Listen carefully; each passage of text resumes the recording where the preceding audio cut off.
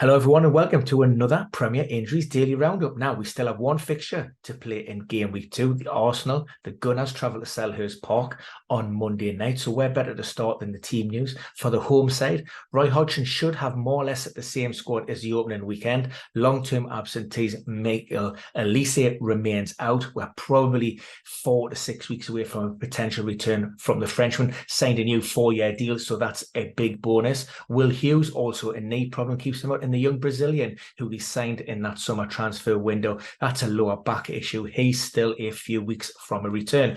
For the visitors, we know there will be at least one change from that opening day win over Nottingham Forest. That will come at left back. Jurriën Timber evaluations and assessments confirmed that he had damaged his ACL, his anterior cruciate ligament. That was a non-contact injury. Thankfully, I'm led to believe that ACL ligament was done in isolation, so no secondary damage to either the lateral or the medial ligament or the meniscus or cartilage. So that potentially it offers encouragement for an expedited return, maybe in and around that 6 to 7 months. However, what I would say is, with long-term injuries, there are no guarantees, and that road to full fitness is rarely smooth. There are always bumps along the way, but that's certainly positive news from the Arsenal camp. Now, who could come in at left back? There's a couple of options, but it looks as if Takahimo Tomiyasu has just got the edge at this moment in time. Of course, it was him that was introduced against Forest, and he played on an unfamiliar left-hand side. Typically, we've always seen him line up on the right. Elsewhere within the squad, Mikel Arteta insisted that Kieran Tierney, absent from the matchday squad in game week 1, still has a future at the club, while Zinchenko featured in behind closed doors games last week. However, this calf problem that's been hampering him since last season, around about May time, would probably mean that he's just not at it in terms of that match fitness and sharpness. So maybe a place on the bench for Zinchenko. Elsewhere, I'll try to go through the fixtures as they happened over the weekend, touching upon some of the key talking and discussion points.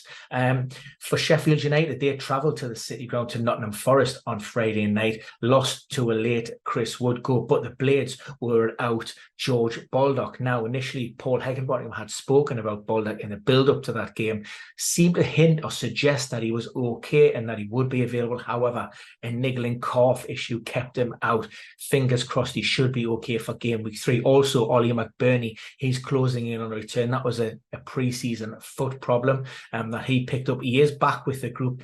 That game on Friday just come a little bit too soon for him, so he's building his fitness up. For Fulham, they faced Brentford. There's a couple of updates here. The news that Alexander Mitrovic did miss that game because of injury. There was an ankle problem. He'd done that at Goodison Park. In fact, he was lucky to stay on the pitch. However, he is now left to El Halal, rumoured to be a fee for around about £50 million.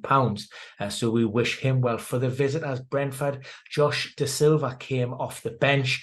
Didn't last too long. Pulled up with a hamstring problem. Mechanism was sprinting. Never looks good. Quite a painful one. So we're expecting for Brentford and the Bees to confirm that Da Silva could be on the sidelines for several weeks.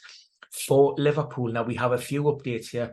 First and foremost, the red card for Alexi McAllister. We heard from Arioni. He said in real time, he watched that, he said it didn't look like a dismissal. Jurgen Klopp afterwards fumed that he could understand why the referee did send him off, but it was a discussion point and they need to talk about it. And of course, Liverpool have appealed that. It's something that we do expect to maybe get rescinded.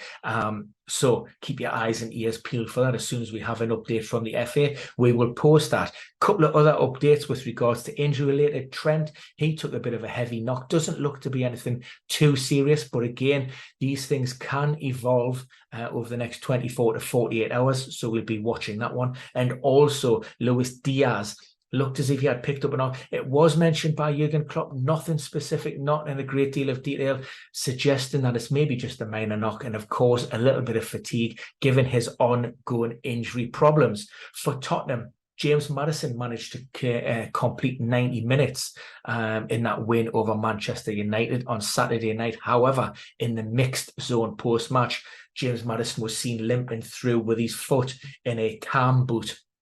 Now, that's used to restrict movement, and of course, the crutches will offload that weight, so non-weight bearing. Now, James Maddison initially played down that, said it was more of a precautionary measure, and that could be the case. There have been several examples previously, particularly on late games on a night where players will leave the ground on crutches in a calm boot until they can be further evaluated to make sure that if there is any damage, they're not going to exacerbate the problem.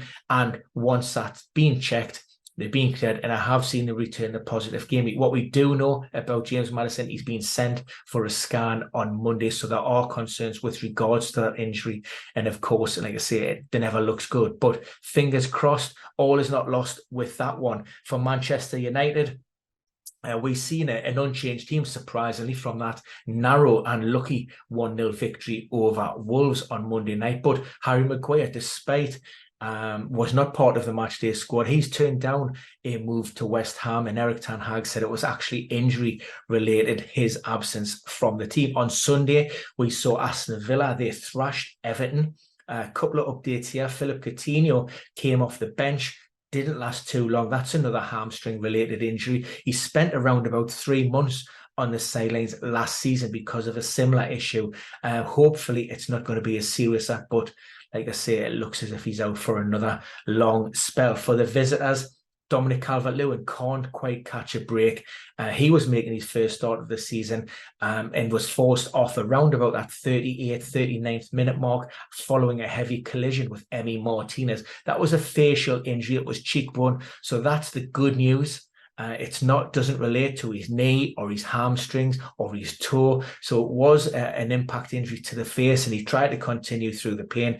But ultimately, Sean Dyche said that his eyesight was a little bit blurred. There wasn't any concussion, and they made the decision to take him off. Elsewhere within the Toffee squad, Alex Iwobi will be assessed after he picked up and went down beginning of that second half as well with a problem. And finally, Chelsea. We've seen Carney Chukwuemeka Mika. I hope I got that right. That's a left knee injury going down. Now, this one looks quite serious. He wasn't able to leave the ground under his own steam. He was helped off by the medical team. And again, that doesn't look great, particularly when it was non-contact. So fingers crossed for him. We'll have updates again, probably over the next maybe 24 to 48 hours with regards to that. Moses Caicedo was introduced from the bench, but as we heard from Mauricio Pochettino in the build-up, and that also applies to Romeo Lavia, didn't want to be risked from the start. He said that both players had been involved in a lot of stress and the time building up to that and then moved to Chelsea. They had missed time on the training pitches. So maybe we're looking maybe in games week 3, 4, or even after the international break before both players are really in the groove in terms of their sharpness and getting ready to be pushing for a start in contention. So that's it for now. We will have another update ahead of game week 3, but of course we'll be covering all of the press conferences as well before, once again, that early Friday FPL deadline. That's all for now. If you have any questions, please pop them in the box below, or catch me on Twitter at Dinnery, or you can always check out the Premier Injuries table at www.premierinjuries.com.